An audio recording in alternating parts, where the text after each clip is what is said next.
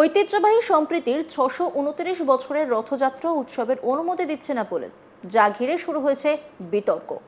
যেখানে বাংলার মুখ্যমন্ত্রী মমতা ব্যানার্জি দীঘাতে জগন্নাথ দেব মন্দির তৈরি করেছেন, আর তাতে করে রথযাত্রা উপলক্ষে সেজে উঠছে দীঘা, সেই একই বাংলায় অবস্থিত মালদা জেলার কালিয়াচকের 629 বছরের যে রথযাত্রা, তাতে অনুমতিই পাওয়া যাচ্ছে না। ঐতিহ্যবাহী জালালপুর রথযাত্রা উৎসব আজ অনিশ্চিত ভবিষ্যতের মুখে। সম্প্রীতি মিলনক্ষেত্র এই কালিয়াচকের জালালপুর রথযাত্রা উৎসব পঞ্জিকাতেও এই রথযাত্রার উল্লেখ রয়েছে।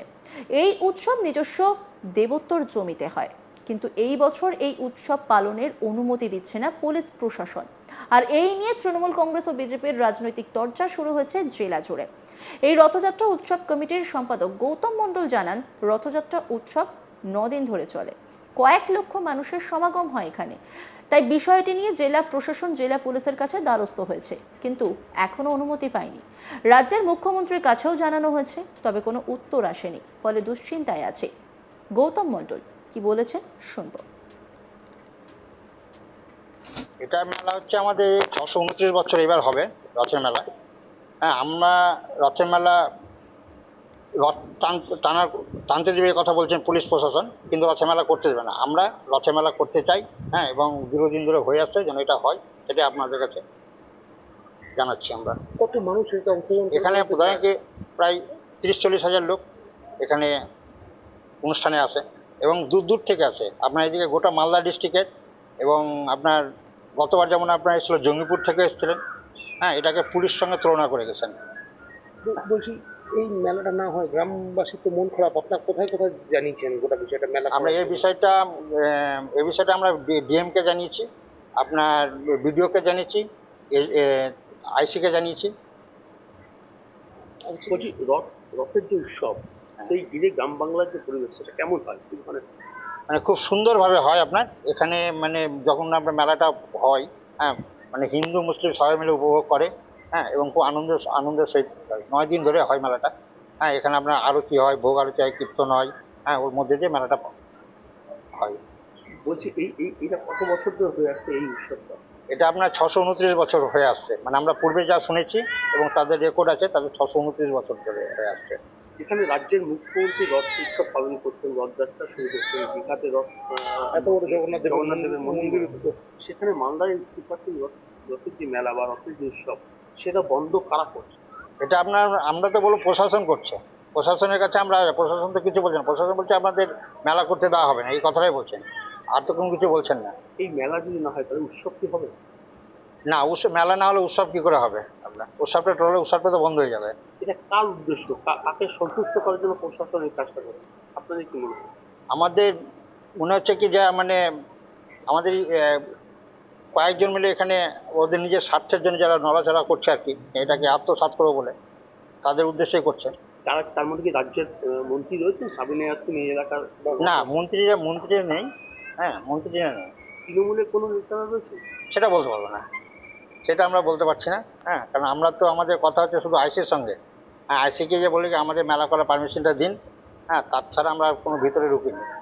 এর সঙ্গে কে আছে? বন্ধ করার কারণ কি? বন্ধ করার কারণ হচ্ছে কি, এই মেলাটা যদি বন্ধ করাতে পারে এক শ্রেণীর, মানে ওরা আত্মসাৎ করার জন্য, জমিটাকে আত্মসাৎ করার জন্য ল্যান্ড মাফিয়ার এটা একটা চক্রান্ত চলছে। আপনার কি চাই? আমরা চাইছি মেলাটা যেন হয়। এলাকার বাসিন্দা মিরাজুল আলী জানান, রথযাত্রা উৎসবে সামিল হন তারা। বাবা ঠাকুরদার আমল থেকেই তারা এই রথযাত্রা দেখে আসছেন, এই অনুষ্ঠান হতে দেখছেন। গান, যাত্রাপালা এই উৎসবের বিশেষ আকর্ষণ রয়েছে। কথিত আছে, একসময় মুসলিম সম্প্রদায়ের মানুষ এই রথযাত্রা মেলা থেকে ছাতা ও টর্চ লাইট কিনে দিতেন তাদের জামাইদের।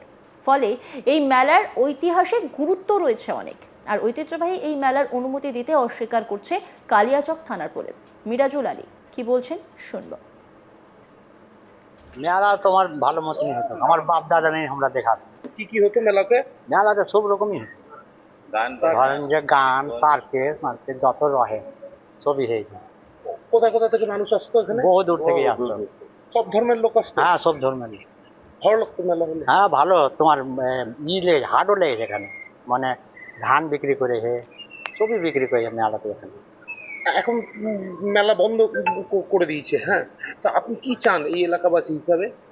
এখানে এখানে ধরেন যে ওদের কি আছে না আছে এটা তো আমি আর বলতে পারছি না। মেলা হোক, কি মেলা হলে তো আর ধরে ভালোই হবে। ভালো লাগবে। হ্যাঁ, যদিও উৎসব কমিটির পক্ষ থেকে জানানো হয়েছে পুলিশের অনুমতি না পেলে আদালতের দ্বারস্থ হবেন তারা, পাশাপাশি আন্দোলনও করবেন। পুলিশের এই সিদ্ধান্তের তীব্র ভাষায় আক্রমণ করেছেন মালদা দক্ষিণ বিজেপির সাংগঠনিক সভাপতি অজয় গাঙ্গুলি। তিনি বলেন, পুলিশ শাসক দলের দাবিদারি করছে।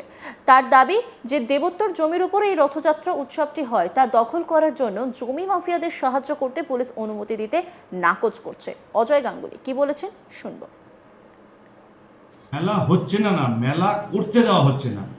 পুলিশের একাংশ এবং শাসক দলের একাংশ যোগসাজশে 600 বছরেরও বেশি পুরাতন মেলা, ধর্মমত নির্বিশেষে হিন্দু মুসলমান সবাই এই মেলায় সামিল হতো, এটা ইতিহাসের বইয়ে আছে।